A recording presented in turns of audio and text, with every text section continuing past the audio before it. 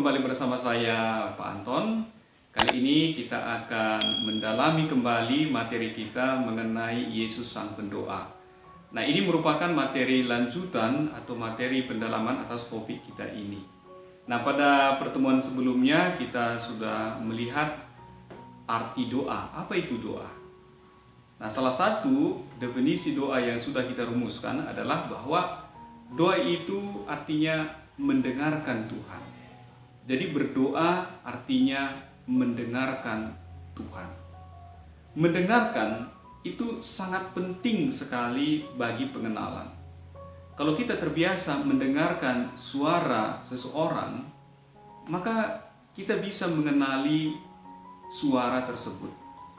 Misalnya kita ambil contoh seorang anak yang terbiasa mendengar suara ayahnya, akrab dengan suara ayahnya karena mendengar setiap hari, maka ketika ayahnya menelpon dia bahkan dengan nomor yang lain yang tidak terdaftar di handphonenya, maka si anak dengan sendirinya secara otomatis akan mengetahui bahwa itu adalah suara ayahnya.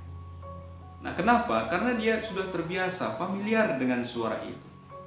Sehingga meskipun dia tidak melihat ayahnya berbicara kepadanya, tetapi bisa dia pastikan bahwa itu adalah ayahnya dari suaranya yang dia kenal.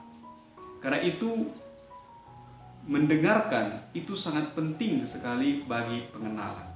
Demikian juga terhadap Tuhan.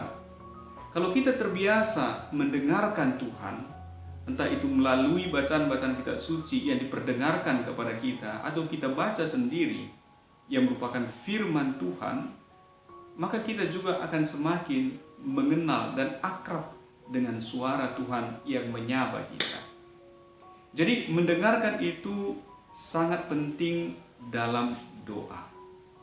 Karena itu hening itu harus menduduki posisi penting dalam berdoa. Dengarkan dan hening.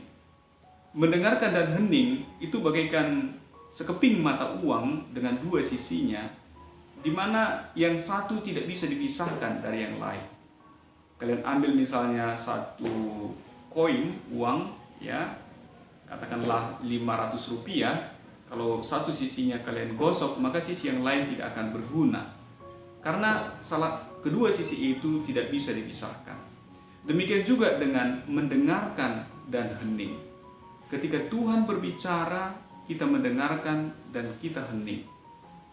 Nah, dalam salah satu bagian kitab suci kita bisa melihat pada peristiwa kunjungan Yesus ke rumah Maria dan Marta, dan Maria memilih untuk duduk di dekat kaki Yesus dan mendengarkannya, dan Yesus memuji tindakan Maria itu, dan Maria memilih bagian yang terbaik.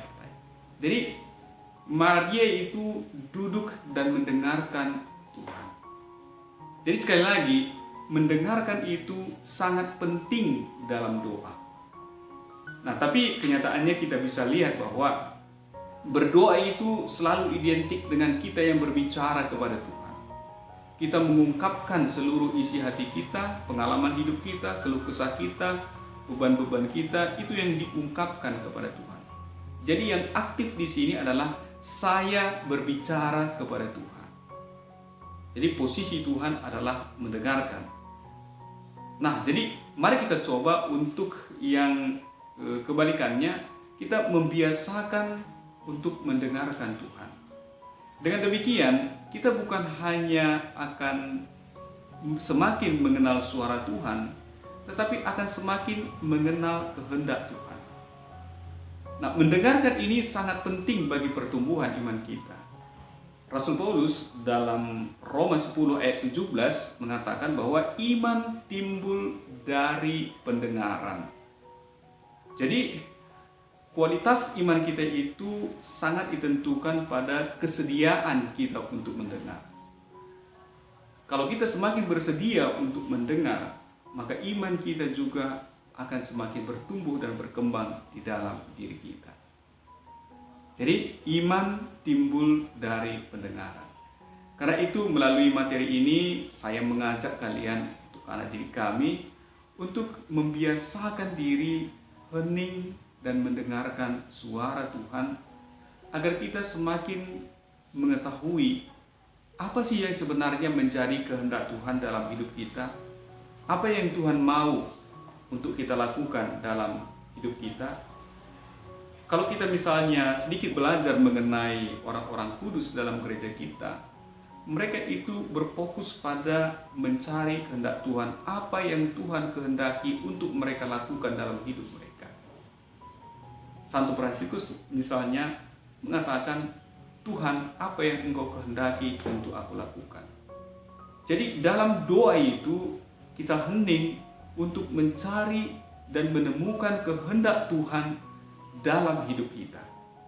Apa yang Tuhan kehendaki untuk kita lakukan dalam kehidupan kita. Jadi bukan memaksakan kehendak kita kepada Tuhan, tetapi membuka diri kita kepada Tuhan agar kita mengetahui apa yang Tuhan kehendaki untuk kita lakukan. Jadi melakukan kehendak Tuhan. Karena itu anak didik kami, mari mulai dari sekarang kita membiasakan diri untuk mendengarkan Tuhan agar kita semakin mengetahui apa yang menjadi kehendak-Nya dalam hidup kita. Sekian dan terima kasih.